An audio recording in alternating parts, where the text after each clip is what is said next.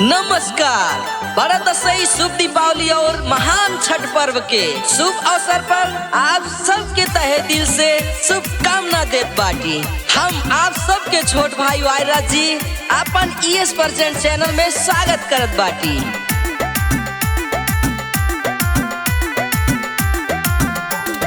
नाचो झूमो मस्ती में, धूल उड़े बस्ती में।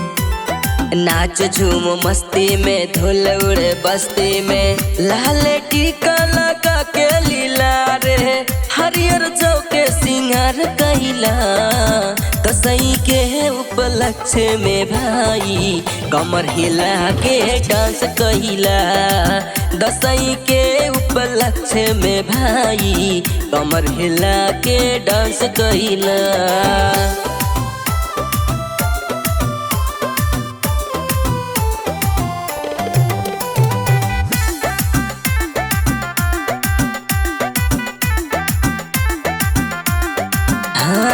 एक साल में आवे शुभ दिन, जम के मनोरंजन कैला हो।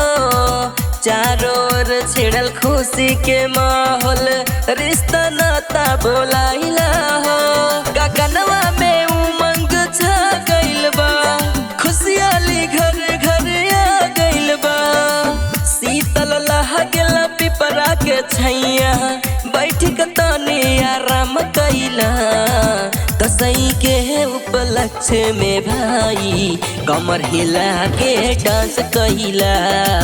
दसई के उपलक्ष्य में भाई कमर हिला के डांस कहिला।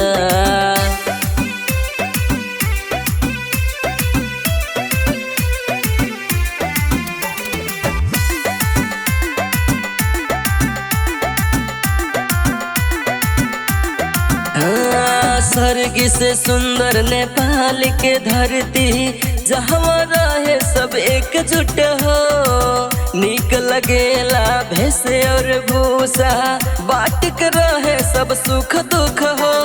जहाँ के आंगनवा चिड़ैया हो, बाटे ले प्यार बाबू भैया हो। धान के बाल झूले खेतवा में, मौसम बन के बाहर आइल बा। दसई के उपलक्ष्य में भाई कमर हिला के डांस कहिला। दसई के उपलक्ष्य में भाई कमर हिला के डांस कहिला।